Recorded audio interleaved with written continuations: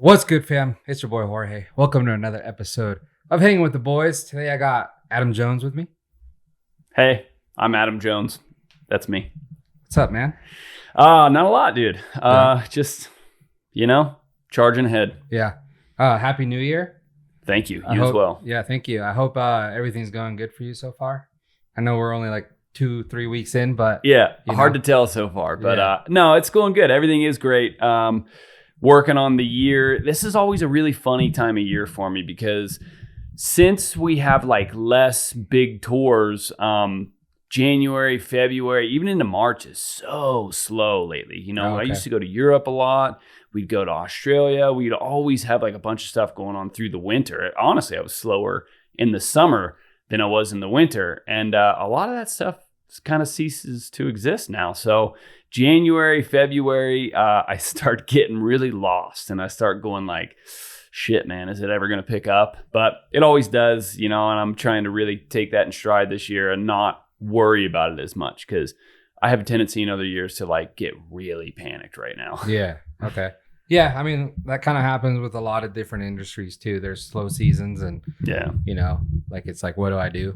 Yeah. And I guess the biggest thing is that our slow season is changing. Everybody always used to ask me, they'd say, hey man, what's your season like? And I'm like, dude, it's all year, Yeah. You get a week off here and there, but like we didn't have seasons. There's always somewhere to go where you could do freestyle motocross and make some money. And it seems as if lately it is a little more seasonal. So that's quite an adjustment for me to figure that out. Yeah.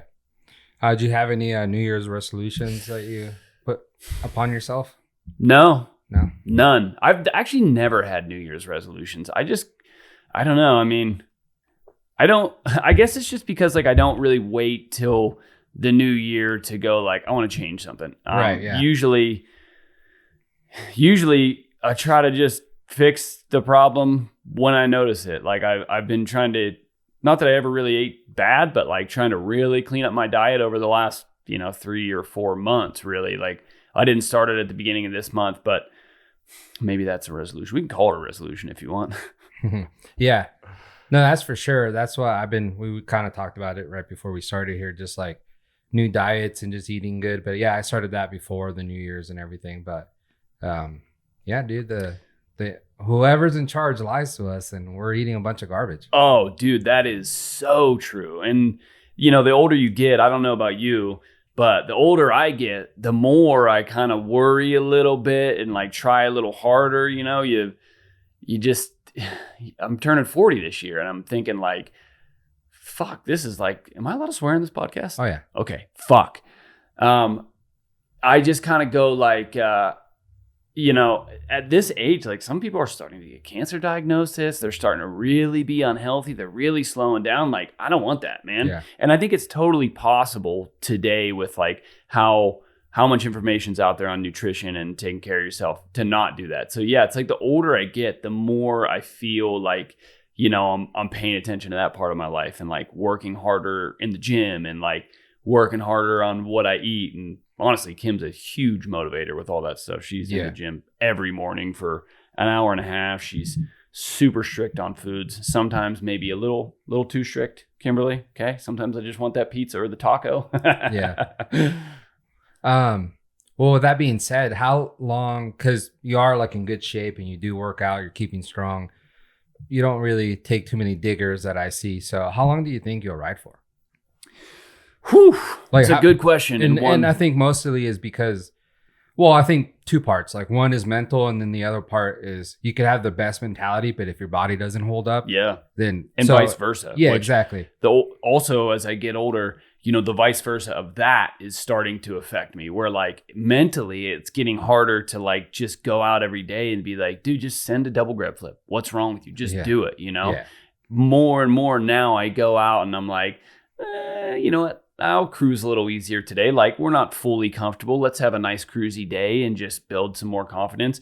And like, I can't get myself to that level of confidence anymore that I had maybe 10 years ago, something like that. I mean, 10 years of that's a long ways away, but even just like 5 years ago, I have a hard time of like getting to that level of confidence where I just know I got everything and it's just a matter of getting the reps out. So I don't know, dude. Like I wonder about this all the time. And At the level I'm riding, I'm not sure.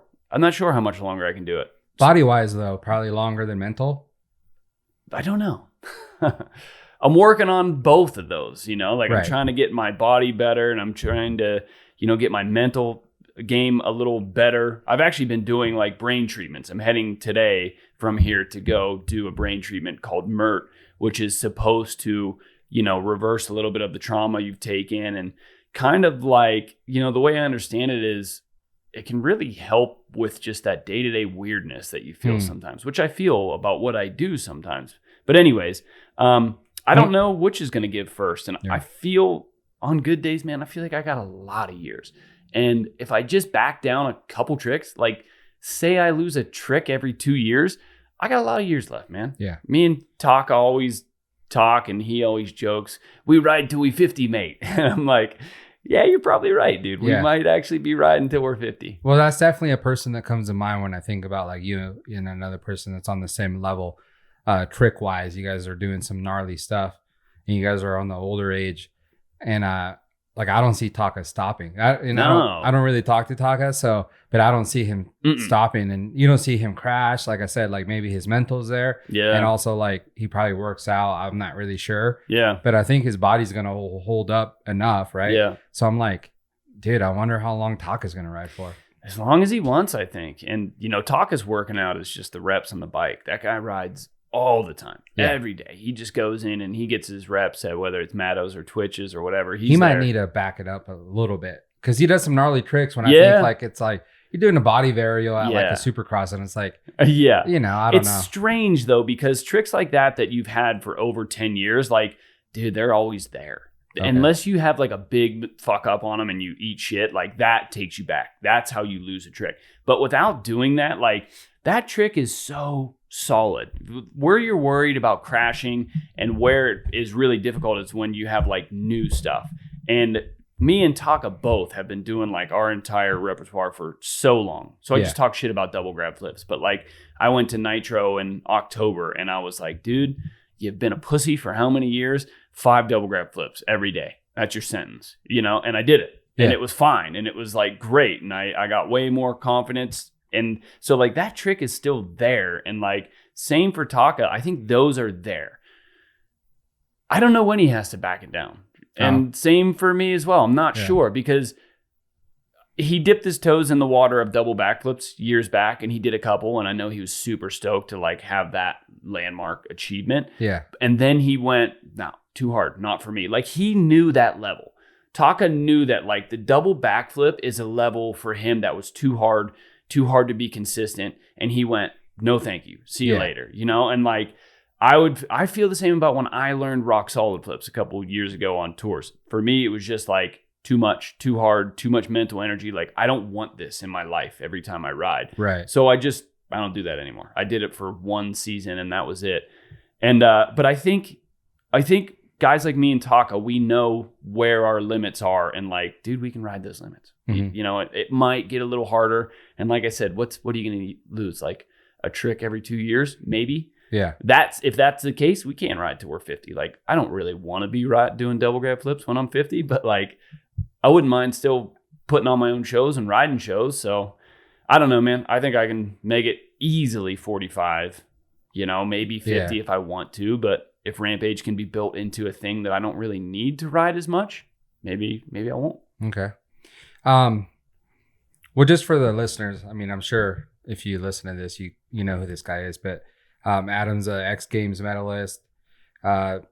Prehistoric era. Yeah. All that prehistoric era. He's on Nitro Circus right now at the moment. But one of the things that people might not know about you is that you're the innovator and creator of the double pits to chest. Ah, yes. The good old double pits. So I got to get into this because I saw a podcast with Ryan Sheckler. Yeah.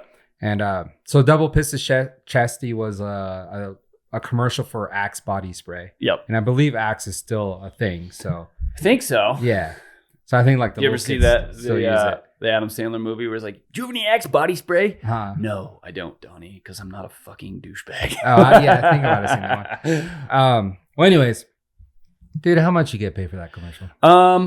Dude, it's really hard to remember exactly what I got and exactly how it worked. I was so much younger and just didn't pay attention quite as much because we were making a lot more back then. I heard this one from Sheckler, and I didn't make what Sheckler made at all. Sheckler says he made $1 million off that double piston chassis Axe commercial. Yeah, and I reached out to my agent. I actually sent him that clip. And I'm like, bro, we got hosed, dude. And no, maybe you do. He's all chilling. Yeah, he's like, oh, yeah, we probably made like $500,000 on that. And I'm like, what?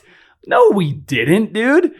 I think if I remember correctly, there was some agreement where like every year I would get like a base salary for running the commercial, right? Like, so it was somewhere in the neighborhood of like $35,000 or something like that, you know? And I got that payment. Look, I could be way off. If Jimmy Button's listening to this, I'm sorry, Jimmy. This is what I remember. I've hit my head a lot. I'm stupid. Sorry.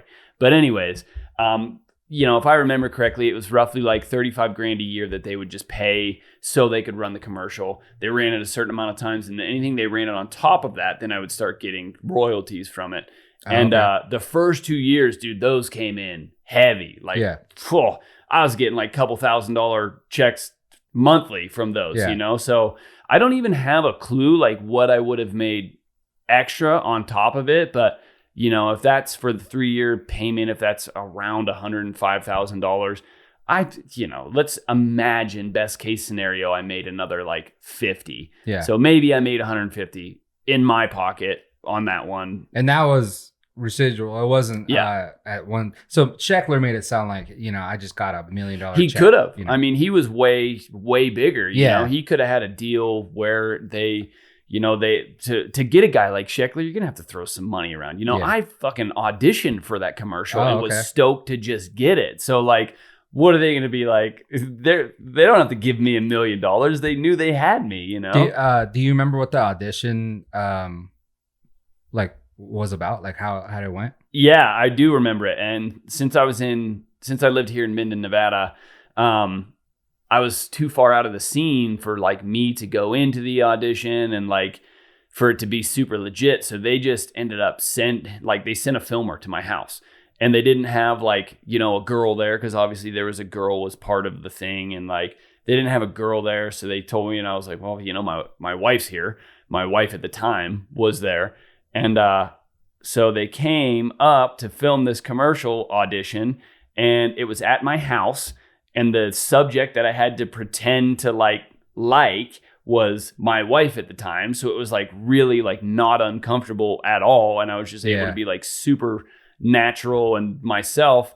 And they just recorded it in my driveway, and they told me what to do, and we did it. And I got the part.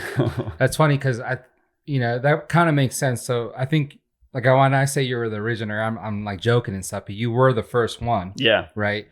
So that after that commercial, I probably like did well enough to be like, all right, let's get another person and do another version of the commercial. So they got a skater, which was Ryan Sheckler. Yeah. So by that time, you know, you started getting paid and all that, but then Sheckler's commercial aired, and then it's like yours was like over here, and Sheckler's. I wonder about that because like, dude, I'm slightly biased. Obviously, I think mine's better, but mine was on a lot, you know, like every time I turned the TV on, it was on there. Yeah. I only ever remember seeing his a couple times, and I just wonder, I don't know how it worked out. I don't have a clue if it was the same level of hit or if it was different. And I'm not saying that from like an arrogant standpoint, like I think mine's better. I just wonder because from, you know, everybody had TV back then. You just watched whatever TV showed you. And like, dude, my ex commercial would just come on all the time when I was watching TV. So I don't even remember his. The only reason I knew that because I saw it on a podcast. And I was like, oh yeah, Sheckler did have a commercial. Yep. And it was just funny because I was like, dude, Jones, let me borrow $100. Dude, I wish, man. Damn it. I wish I would have got $1 million from that. And I wish I would have kept most of the money I made in my career. Mm-hmm. But unfortunately, started over numerous times. Yeah. It's funny. Just to end the conversation on that, me and Mace, we were playing Call of Duty one day. Yeah. Right. And this was like maybe not even 5 years ago. And some kid was smoking us and just talking shit. You know how Call of Duty lobbies are and stuff. Oh, yeah. And we're on there, and his name was Double Piston Chesty. And we were cracking up. We might have even sent you the photo. And we're thinking like, dude, we know the guy that was in that commercial. That's hilarious. He was like talking so much shit to us. Yeah. It was funny. Maybe he would have chilled out and been your friend if he would have really believed you, huh? Yeah. But then maybe it was because of Shackler, not you. I don't know. Could have been, yeah. But those were amazing times, man. I miss them. Yeah, I miss when freestyle was what it was, and when we played the part of it that we did play. You know, my life's great. I'm super excited that after 22 years, like I'm still going and I'm still riding well, and you know, now turning to, you know, trying to create different things in freestyle motocross. But you know, I'd be lying if I said I don't miss what it was and what it was like back then. And for sure. Yeah, like I haven't done anything in moto or freestyle in a long time because of how the industry was. And I miss it back in the day, but then now I'm like, you know, it is what it is. But I will say, so me and Maze have talked on the podcast about it, and we're like, dude, who can come in or what can be done to make freestyle, you know, great again, to quote Trump there. But like, what can we do? You know, because it's just like a dying sport, and it's just like every year is like kind of lamer and lamer. Yeah, in my opinion, you know. I know the fans still go out and watch the shows and everything. Yep. But dude, I think our savior has arrived. Who's that? Dana White. Maybe. Dude, Dana White bought Nitro Circus. You're part of Nitro Circus, so can you tell us a little bit more of like what's going on behind the scenes? I can tell you what I know, which isn't much. But just to start, yeah, I agree with everything you're saying. Like, you know, it's kind of went downhill little by little every year. And I'm at the point now where there's very few people I actually want to ride for in freestyle motocross. You know, as a rider, you make your money riding for other people. And I've rode for so many other people that I just fucking can't stand. I don't like the way they run their program. I don't like riding their shows. They fucking suck. You know, you got the entire Monster Jam crew. Those fucking dude that runs that show is such a scammer, con artist. And like, you know, he's controlling this huge, what could be future of freestyle motocross, but instead he's just trapping them in this little thing that he does. Anyways, I don't want to ride for much of anybody, and it's a bummer. One of the reasons I started trying to do my own thing. But anyways, Nitro, that's what I was going to say. So it's interesting because I was talking to one guy who was on Nitro, and every time I talk to people about freestyle, I say the exact same thing you just said. And it's that I see it going downhill, and I see that, you know, it's not what it used to be, and bummed on it a little bit. And this younger dude that was working on tour, he was like one of the roadies that puts the crew together, like super legit dude, really nice guy, hard worker. He was talking to me, and he's like, I don't know, dude, like, I think it's coming back around again. And I was like, yeah, that's weird, you know, because I don't have that perspective, but like, I'm stuck in my perspective, you know, and like sometimes maybe you need the perspective of somebody else who's been out of it and is just, you know, coming into it right now to, I don't know. I'm not sure. Either way, it just kind of, when he said that, I was like, I sure do hope so, you know. But yeah, Dana White and his team, they bought Nitro Circus. We did a tour in October. Dana was at, I think, the last event in Anaheim. We also did an event in the middle of the year in Oklahoma at Mid-America Outdoors, and Dana was there. He actually came back and he had a talk with all of us riders, and it was fucking sick, dude. Yeah, like it was cool. It was so cool. I mean, I stood from me to you away from him, and he was talking about how cool he thinks Nitro is, and you know, the potential opportunities and everything. And to be honest, I don't know what's happening with that. I don't know what's happening with his involvement, and if they're ramping up and they're planning more shit, or if they're, you know, if they bought it for street league and ridiculousness, because that's part of the package as well. You got to be realistic, you know.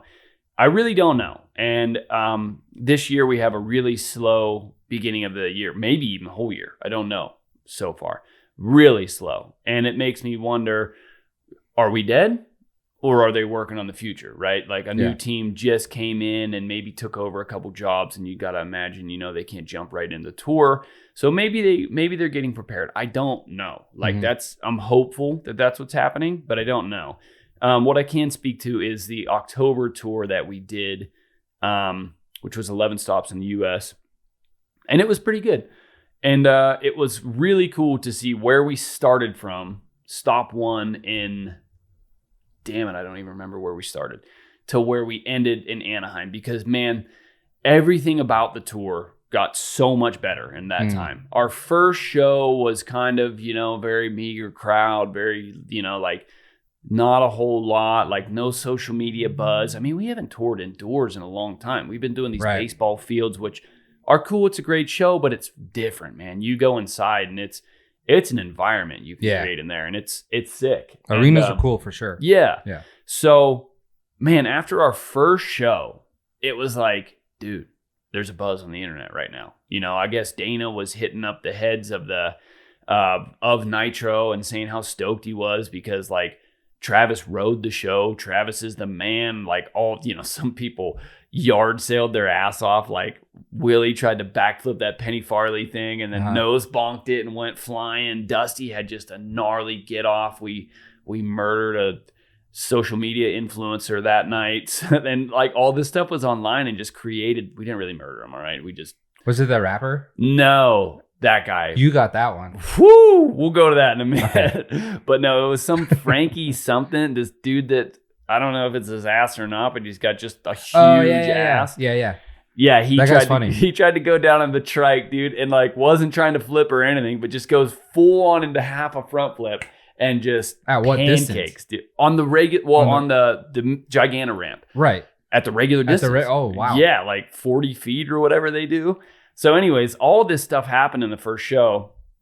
Plus Travis was there, which is such a big thing for the tour. Right, yeah. And after show one, dude, it was a different tour. Mm-hmm. The energy was better. More people were coming. They were like, dude, like venues are selling again. Like they haven't been selling for a couple months and like they're selling again. And it was all created from that buzz right at the beginning, which is like so cool, dude. And by the last show, man, like in the stadium in Anaheim, like it was pretty full. Considering, like, I don't know the numbers, but it was pretty damn full. I think it was probably our biggest arena of the year. And the show was epic. And the people were stoked. And, like, to watch that transition, the transformation from the beginning to the end was amazing. So, like, that had us all feeling, like, really hopeful. You know, like, we can do this. We've came up with the team has came up with a whole new tour. Like we took it so seriously. Every day after practice, or maybe it was before practice, I can't remember. The whole team got together and we talked about the show plan last night, and we talked about what could be better, what was not good, what was great, what we should do again. And like we had these meetings at every single show, and I just think so communication and like heart, man. Like we all want this tour to succeed, and we were all putting our everything into it. You know, a lot of times guys are out partying until 6 o'clock in the morning. They don't even wake up till 4 o'clock. And like, there was none of that this time. Like everybody was in these meetings. Everybody was putting in their 2 cents, and we grew as a tour. We grew a lot. So like, you know, we're all really hopeful that something's going to happen. But at the same time, that was October. Yeah. It's January. There's nothing on the schedule. There's no idea what's going on. I mean, we're going to Costa Rica this weekend. That's the only thing on the schedule. And we don't really know. We don't know what the year is going to be like. And I think naturally when like months and months and months go by and you don't really know, you have a tendency to start doubting, worrying, and all that. So I think that's probably where a lot of us are right now. But, you know, like I said, we're going to Costa Rica this weekend. I'm sure if there is some information to give out, we will hear it. You know, I think the internet buzz was awesome. I heard that they had the largest, which this doesn't mean anything really, because a lot of people will inquire about shows and then they go, oh, I don't want to do that. You know, once they find out how much it is. But I heard that after that tour we just did, like the largest inquiries for overseas events in like Nitro history. Everybody wanted it, you know, with Travis trying to double backflip and yard sail on himself. Well, Europe is 2 times in one show. Oh, man. I think, you know, everywhere but the States is different when it comes to people wanting to see entertainment like that, you know? So I think that's one thing. Another thing too, which I've always said, like the power of influence, you know, having those guys out there and just one guy be like, hey, I'm at Nitro Circus, and he has 1 million followers, and you know, like a third of the 1 million followers see his post and they're like, oh, cool, we're in the area, we want to go, you know? So that actually does help, having those type of, it's pretty crazy though that they have these influencers and let them do this stuff, because I don't know anymore, dude. I don't know if they're gonna do that this year. Oh my gosh, that might have been the last one, dude. So that clip you got of I forget his name, like Jamil or something, but he's actually a pretty Jaleel, yeah, he's actually a pretty big like a rapper. And Yeah. he has like a huge fan base. Yeah. And he's known for just like super he's like backflipping off of tall speakers and stuff. Like, well, he might be side-ing. good at that, but Yeah. you put some wheels under him and he's got no talent. Yeah. Dude, that was so scary. We on tour, we call that stunt meet. When we get influencers and you send them down the ramp, we call it stunt meet because like you're meat for the show, bro. Like you're gonna yard sale yourself, or you're gonna land it and it's gonna be amazing because nobody expects it. But one way or another, it's gonna be great. And so the stunt meet was coming, and I'm like, ooh, I'm gonna film this one for my YouTube, and I'm gonna go over there. And I'm just standing there with my GoPro, and the homie just drops right in front of me on the concrete. Dude, it was like so scary. I didn't even move for a second. Yeah. But yeah, he was all right though. Luckily, that was super intense. Well, he's a buff dude. Yeah. But I mean, if you land on your face, I don't care. If he would have been that one dude with the big ass that you're talking about, that guy, he probably would have been a lot more hurt. But Jamil, he's pretty ripped. So I think. Oh, yeah. Yeah. So he was able to survive that crash. But that was pretty insane. And that went viral. Like everyone was posting it because he's a pretty big deal. Yeah. Yeah, it did. And but that stopped the show. I mean, that was tough. That was actually during the show. That was during the show. Oh, I thought it was during practice. No, that was during the show. Wow. So yeah, I mean, stopped the show. Everything went quiet. People get hurt at the show. It takes 15 seconds to cart them off because they're usually all right enough. Yeah. But like that one stopped it for a while. And it's hard to pick the show back up. And we were all so excited about Anaheim, and Dana was there, and like this big crowd, and like that was tough. I mean, I don't really know how long, maybe 10 minutes or something, that it stopped the show. And but after that, we were able to bring the crowd back, and everybody was psyched about it. But yeah, he might have been the last stunt meet. Yeah, that's crazy. Well, I think they should continue it, but not so gnarly. Maybe we'll put guardrails on the gigantic something from has now to on. happen. But I did want to say, dude, I think since 2020, I think Dana's a good dude. His clips go viral of everything he says during press conference. Seems like a stand-up guy, real business dude, and then also like wants to let people do what they want to do and not be in boundaries with like companies and stuff like that. So I think in 2020, when the pandemic happened, he was kind of like the only guy putting shows out there and everything. So I think with that, like it went good, and everyone started praising him to be like, dude, good job for not like doing what everyone else did, and you actually stuck your neck out there and you did something good for everyone, and you employed a lot of people during the pandemic when a lot of people were actually being laid off, right? Mm-hmm. So he did that, and then he starts this slap company or whatever. Insanity. And according to him, it's like huge. Yeah. Right? I don't see it as a fan. Yeah. I'm not a fan of that, but I'm a fan of UFC, but I don't see it at all. But from what he says, it's humongous and everything. Yeah. So I think he's like at that point where he's like, kind of everything I touch turns into gold. So I think that's kind of the move too with, and this is like to bring you a lot of hope, who knows. But I think that's part of his thinking, like, hey, I can kind of turn everything into like, so everything I look at and I see and I put my money and my time in is going to succeed. So I think that's kind of what he's doing with like Nitro Circus and Street League and everything. So I think he sees a lot of potential in that. That's what I've heard. And seeing his track record, I think it's a good thing. So maybe a lot's in the works. Dude, I hope so. I really do hope so. And I mean, they could be blowing smoke up our ass, but word on the street is that him and what's the Fertitta dude? That's the other, their partners, I believe. Yeah. They're the guys that bought it. But apparently they think it's this, sleeping giant. They think it's this thing that could be insanely big and like I said, could just be blowing smoke. Yeah. Never know. But like, I sure hope so. I've dedicated my life to freestyle motocross, and I'm 40 years old this year, and like I ain't changing. What am I gonna do? Go work at fucking Chipotle? Like I got no other skills. Like, and I love this, but we've seen some trying times over the last handful of years, and I really do hope that they feel that way about Nitro Circus and freestyle motocross and action sports in general. And I really do hope they're the thing that can like help us get to the point where we can make a decent fucking living again. It's It would be fantastic, and they probably see it in a different scope than most people that have been involved in it. It's probably like a fresh mind coming in and be like, this is dope, but this is how we're going to do it. Yeah. Probably totally different from like what you guys are used to too. Probably. So it's probably going to be a good thing. Yeah, I think so. And I mean, like riding Nitro, I was going to say this while in my rant I was just doing, but riding Nitro has been, you know, my favorite tour that I've done. Like I've rode for everybody. I've rode for Krusty. I've rode for Nuclear Cowboys. I've rode for IFMA, IFMXF. I've rode for Night of the Jumps, Night of Freestyle, Masters of Dirt, everybody. Rode for everybody. And I love Nitro. It's my favorite one. You know, the crew of people that we've had that we've rode with and worked with over all the years. And just the show, like I just don't get bored with the show. You know, like I can go sit and I can watch dudes on the Giganna like throwing down and like see who gets their personal best and who doesn't on any given weekend.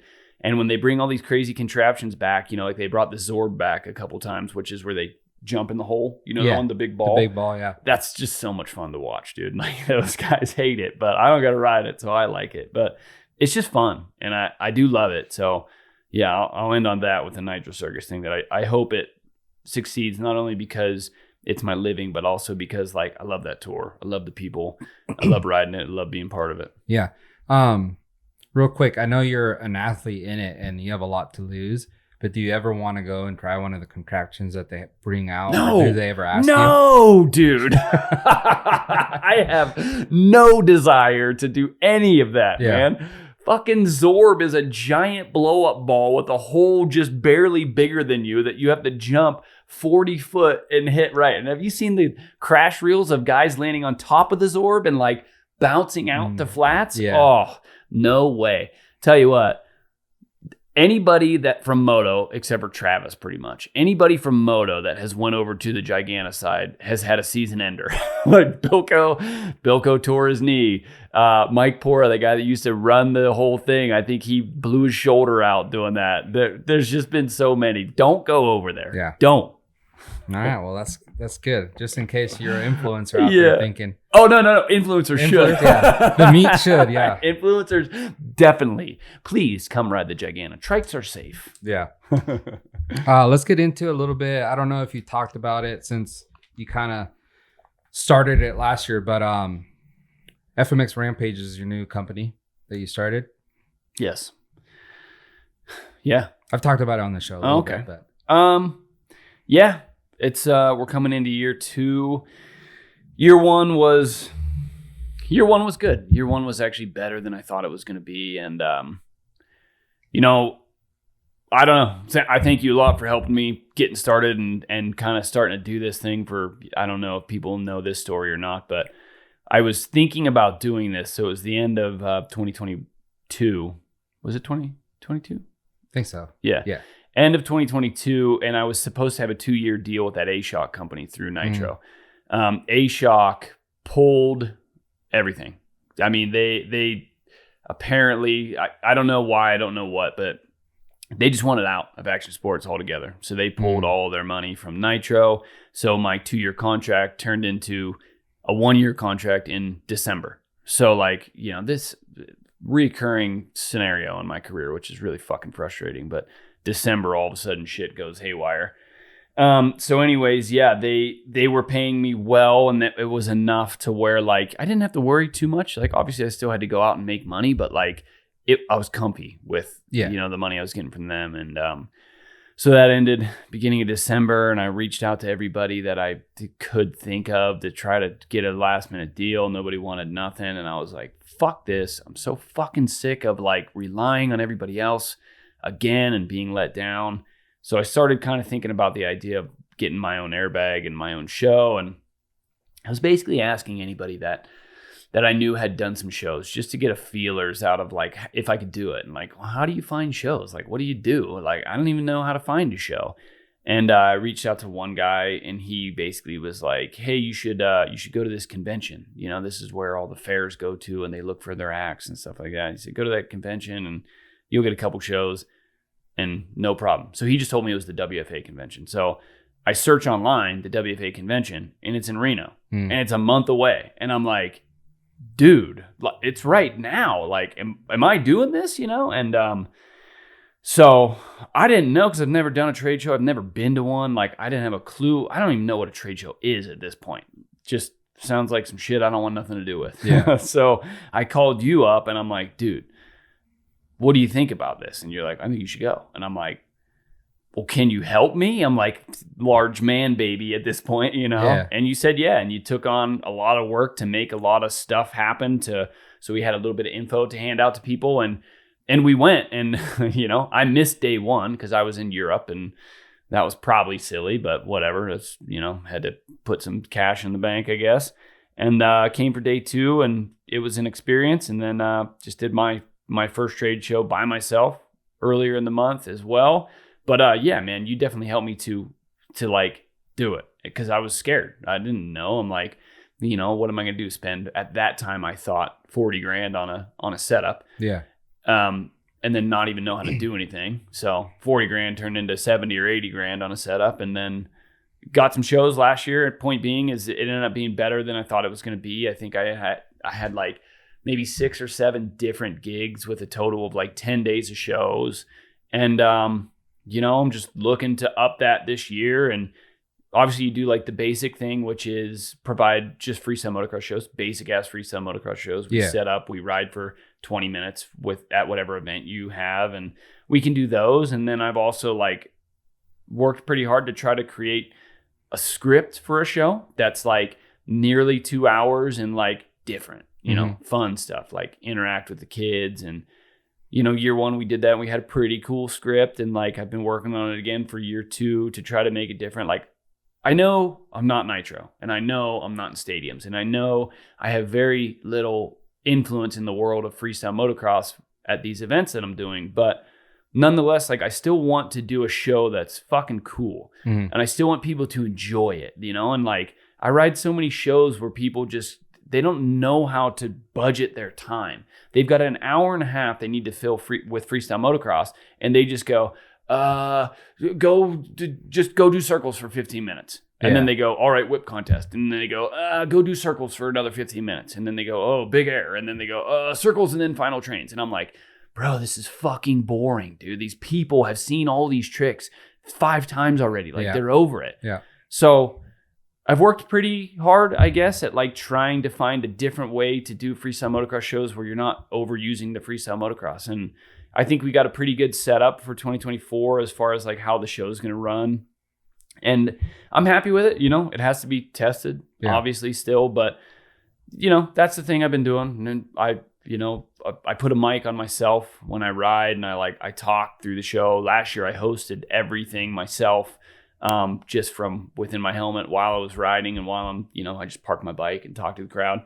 And it was pretty cool. And I want to do that again this year, but I also want to bring in an announcer as well, kind of do that rodeo clown sort of thing where you've got the announcer and then you've got the goofball on the floor. So yeah, lots of ideas. And the hardest thing is just growing it. The hardest thing is finding the people that want to hire you. And, you get some leads sometimes and they go, how much does it cost? And you go, $20,000. And they're like,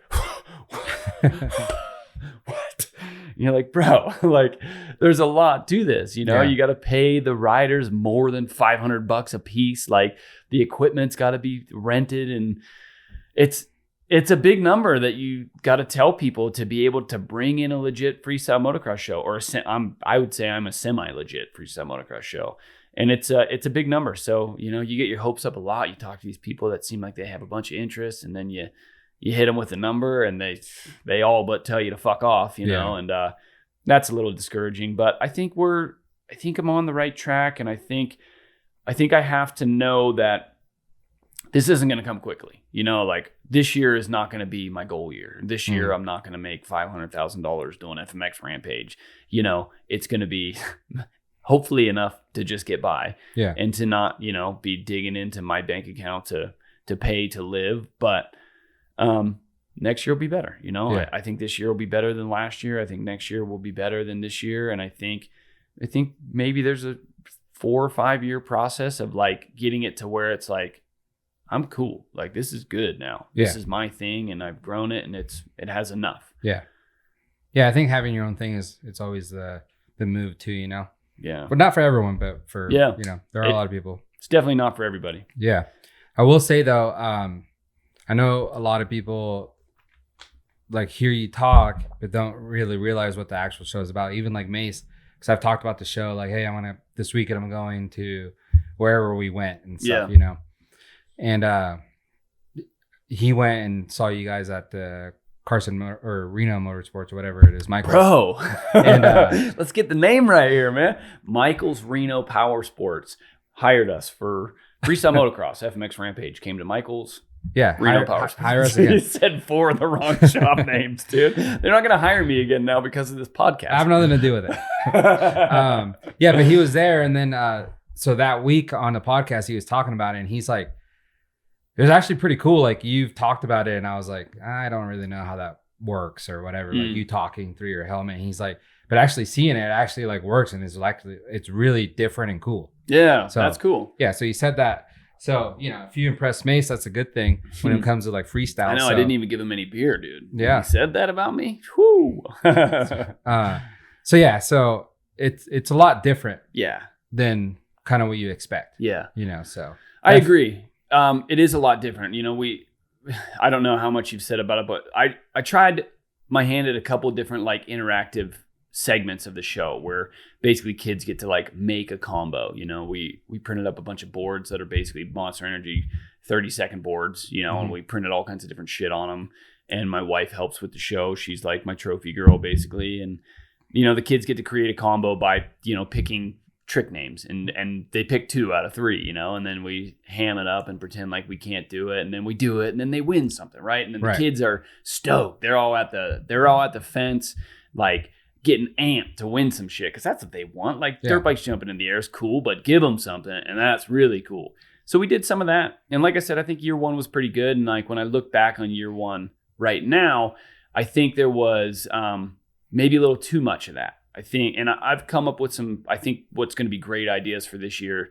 That way, you know, like I said, I didn't want to have too much freestyle motocross. I wanted to bring in this interactive element. And I feel as if maybe I did too much of the interactive talking, and then, you know, enough freestyle motocross, but somehow now I need to take that half the show that's interactive talking, I need to chop it in half and keep that quarter interactive talking, and the other quarter needs to be some other type of like fun interaction. Yeah. So I don't know. I'm just saying that to say like I've got some cool ideas, and if people thought last year was cool, that's great. I love hearing that, and try to make it even better this year. Yeah, and that's what I think. Like, you know, me being a parent, you being a dad too.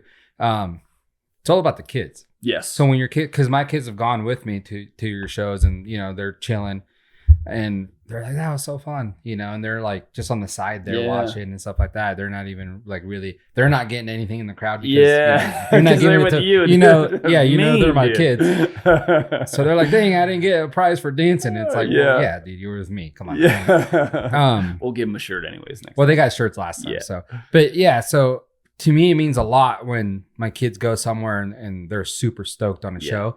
And then also too, like if I'm watching a show, like I was telling Mace earlier this month, we went to a birthday party, and it was at the Coconut Bowl, and they got like everything for kids, arcade and all that, but they had go-karts. Dude, that's all I did. I was smashing kids left and right, you know, like that's all I did. So I'm like, this is a bitchin' party because my kids were over there doing their thing, in the jungle gym, whatever, playing, and I'm over there in the go-karts. Yeah. So like when you could do both.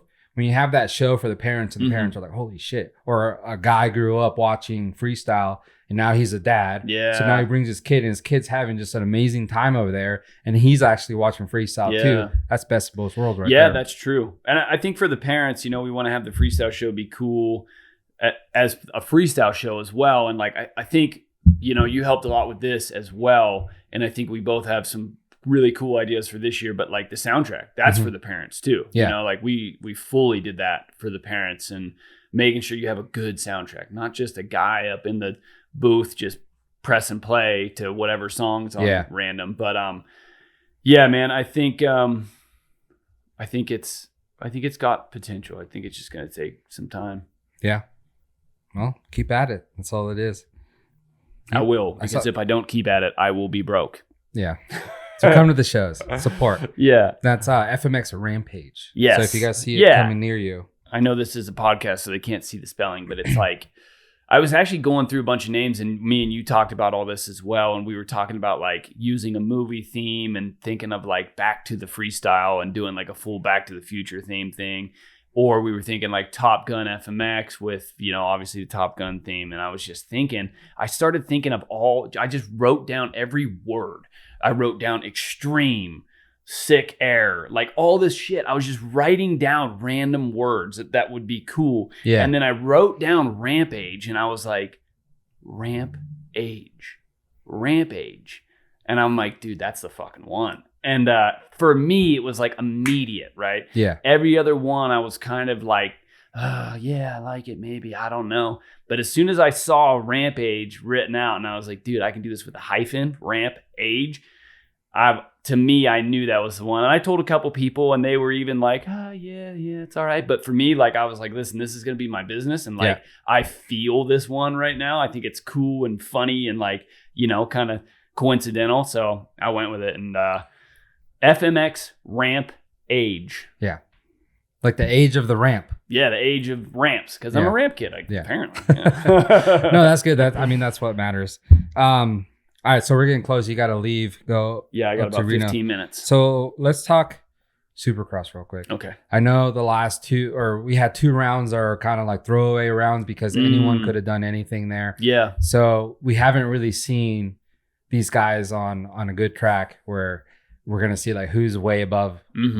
Lawrence won the first one, but first we kind of saw. First one's always weird. Yeah, we saw a little glimpse there. People are nervous and everything. Yeah. So now that they're getting more settled and stuff, if we get a good track this weekend and he dominates, then we kind of know what's going on. Yeah. But what do you think so far? Okay.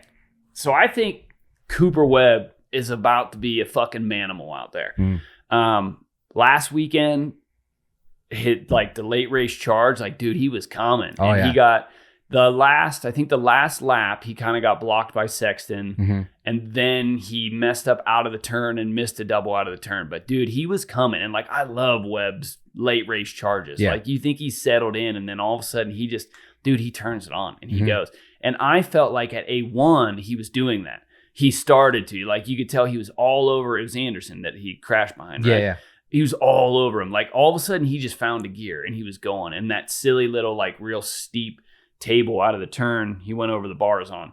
So I think Webb's going to be gnarly. Sexton's doing good, but I think he kind of looks like shit on the KTM a little bit. Like, not like shit. That was really rude, because like Sexton's the fucking I think it looks man. better. Really? Yeah.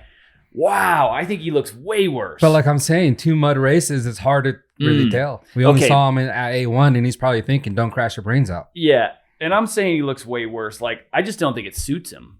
Like, I think he looked sick on the Honda with the monster helmet. And like, he went on the KTM and they've got him dressed up in the KTM shirts, and he just looks like a nerd all of a sudden, dude. That's why I think it fits him. He looks a little less comfortable, it seems. And all his interviews, he keeps talking about how difficult his off season was and stuff like that. So to me, it says that he really struggled with the change. And maybe he's, I was going to say not be as dominant as last year, but fucking maybe, he kind of tucked the front end at every round last year. But he was so fast. So I don't know. I don't have that much hope for Sexton being the man this year. I like Jet, and I think listen, FYI, this is me just talking shit about shit I know absolutely nothing about. So don't take offense to any of this. I think maybe we're at the beginning of seeing Jet getting flustered. And I think that altercation with Anderson is going to be one of those things that's going to, like, he's still a kid, and he's really fast and he's really composed. But we've seen him in the past, what happens if, like, things kind of fall apart. And these are the big dogs, Yeah. And, like, I don't know, like, I'm sure you've seen the videos going around of like the Anderson and the post Anderson thing, where I think it was Ronnie Mack, like close up on his eyes, like it looked like he was crying after that. And like, I just think he's young and like not easily, but could be flustered by the big dogs. And I think, if he would have came in and dominated like the first 6, maybe we would have seen a different unshakable Jet, to where he would have, even a bad race wouldn't have thrown him off. But wouldn't say he's had bad races, but he hasn't had great races. Yeah. And, I think these these are the big, they're the big guys, man, and they can shake them up a little bit. I think he still wins the championship, and I think personally, I think he doesn't look at those guys like the big dogs. I think he's so confident that I think that's why he was so flustered with Anderson, because Anderson was kind of, obviously he was keeping good pace, right? Yeah. That's why he was in front of him. And it was a little bit harder, but Anderson made it hard for him to pass. Yeah. And you can see Jet, he had, he could have, if it wasn't for Anderson holding him up, he probably could have been up there, Yeah. He's a tough one when you get on the track with him. Yeah. So I think that was his thing where he's like, dude, I'm so much better than you. Yeah. Like, don't do that shit to me. Yeah. Okay. That's what I think. I get what you're saying, but then they come in and he's pissed at him and he, kind of grabs Anderson's helmet. Oh, yeah. And then fucking Anderson there wasn't like a snap. Like after, when I watched it, I felt bad for him after that. Because I felt like I could feel that he really just got put in his place and like he felt kind of like he sunk in a little bit. You know what I mean? Because he pulls up to Anderson, talks some shit, grabs his helmet, and then fucking Anderson almost just pulled his head off his neck, dude. Yeah. And like, so that's what I think is going to shake him up. Not riding with him, but like maybe these altercations after the race and like, you thought you were one of the big boys and you went in there and you tried to, that's a rub shoulders a little bit and you got thrown to the ground there, and like that stuff, that all, in my opinion, leads to like the overall confidence that you have against these guys. Like what if he comes up next to Anderson now and his last memory is fucking Anderson pulling his head off his neck, dude. And he's going to be like, oh, I better. Well, he for sure he's going to detour from doing that. And that's the classic case of fuck around and find out. He fucked around and found out. But that's where I don't like his apology. And I get it, dude. These guys are professionals. I'm not professional, right? I'm not in the industry. I don't care. So I like the arrogance. I like violence. I like all that shit. So I don't like his apology. I think he should have been like, hey, Anderson, dude, when the big dog come and get the fuck out the way, next time I'm gonna beat that ass. Something like that instead of being like, I'm paying for his fine. That's cool. I respect that. I don't. No? Because that's dumb. That's almost, dude, every one of those guys makes plenty of money to pay a fucking $1,000 fine. And most times the teams pay it anyways. So who? But if it wasn't for him, Anderson wouldn't have been fined. Anderson stood up for himself. Anderson's his own man. Yeah. Anderson could have not done anything and he could have drove away and he didn't. So he got a $1,000 fine and a $1,000 fine ain't going to be shit to Anderson. And the fact that fucking Jet's like throwing money around like, dude, I'll pay for it. Like, well, now you look like a douche. Yeah. You didn't before, but you're offering to pay his fine. You look like a douche. And then today Anderson posted something saying like, immediately after Jet's dad, Jet's agent, Jet's everybody comes up to me and apologizes, all this shit. He's like, not a word from Jet, just an unfollow and all this shit. And like, he was basically saying, he's like, these fucking kids throw a fit and then they don't, want to, they don't want to be a man about it, know? So like that kind of says to me, like, you made a bullshit apology, which is just for media. Yeah. That's fucking stupid. If you don't mean it, don't say it. You offered to pay his fine. Now you look like an arrogant rich fuck. Don't do that. That's not good either. I agree. Like, dude, if you want to shake somebody's helmet, if you want to fight somebody after a race, fucking do it. Like, you're going to get fined, but you can pay it. You're competitors in the peak of your career. Like, I get the heat and I get how like fired up you get about it. Own it. I way rather, the headlines are more like, look at this interaction than like, us as fans, we see the apology and we see the other stuff and we're talking about it. Yeah. But the actual like other fans that don't really like look into it too much, they're looking at just the fight part. Yeah. So if it would have been an actual fight, that brings way more eyes into Supercross. Oh yeah. It's like, dude, we're watching for sure next week. Yeah. So yeah. And I think, like I said, I like violence. I like all that stuff. So, but I think Anderson had to, because if Anderson, he's his own man and all that, but Anderson gets his head, pulled and everything. And then he's just like, all right, whatever, dude. Everyone's saying, Anderson, you're a bitch. Yeah. Dude, and Anderson's riding good this year. Like, those guys can't move over. I don't know. I can't remember, actually. He did pretty all right. The mutters, you just never know. Mm-hmm. But, like, A1, dude, he was on fire. I'm like, oh, fuck, is Anderson back? That's what I was thinking in A1. So, like, he ain't going to get out of Jet's way. And Jet's crazy if he thinks these guys are going to get out of his way. But, I don't know. Jet is the real deal. Jet's fucking fast. And he's so good and so smooth. And when he's on, he seems to be on a level that nobody else is on. but we'll see. Yeah. Kenny's doing good. Yeah, I was about to say that. I think with Lawrence, Anderson, and Webb, like you said, I think we're going to have some fireworks for sure. It's not going to be as easy for anyone if they're thinking it's going to be easy. I want Tomac to get in the battle at least, you know? I could care less about that one. I'm not a Tomac fan, like I want him to win or anything, but like I just want battles. Yeah. Get them all in the battle. Yeah. You know, let's shake some shit up a bit and have different winner every weekend. Like, that'd be that's sick. fun. Yep. But I think it's shaping up to be a good year because right now, like I can't find a favorite. Yeah. I can't find one at all. And it's been hard. And I think actually like going into the East Coast and everything too, we're going to have more weather too. So you remember last year in New Jersey, it was that mutter and they stopped the race forever because of lightning and everything. So I think just the weather this year is going to be probably the same or worse. Dude, it's already worse. That was the only mutter last year, I think, right? Yeah. So I think like Utah could be a problem. Jersey could be a problem. So, you know, for these guys, it's not going to be as easy as just going out and dominating on a nice track. I think we're like, not that I know shit about this, but forecasted to have like a wetter end of winter, early spring. You know, that's through all Supercross. Yeah. So all these open stadiums are going to be fair game for a mud race, which is a bummer because like I don't really like watching mud races. It's fun once in a while because it does shake it up and you're like, ooh, points are crazy again. But like I like to watch the dudes like on fire. Yeah, for sure. Isn't it weird that Sexton did not tuck his front end in the mutters? Yeah. Oh, dude. One more thing I got to say though about that, your opinion. Hunter Lawrence, I don't know who, if it was his choice, the team's choice, or who, whatever. Worst decision. Dude. I know. Dude, he would have been dominating these guys. Did he have? He didn't have to move up? No, he could have stayed. Really? Yeah, he should have. He probably should have. Didn't even qualify for the first round. That was when it wasn't even a mutter. That was quite a situation. Yeah, that was wild. I know. It's a bummer. He's older, right? Yeah, he's older. And he's got a little less than Jet. That's got to be tough for him, you know. Maybe it was a little bit of like, well, my brother's moving up and he's younger than me. I got to move up too, you know. Like, but you're not going up there to beat your brother. But they're brothers, sibling rivalry shit. But also, you're not going to beat your brother, yet alone Cooper Webb. Yeah. Like a Dylan Ferrandis. Like I know, even dude. those guys, dude. It's a bummer when this happens to guys too, because sometimes it's the end of them.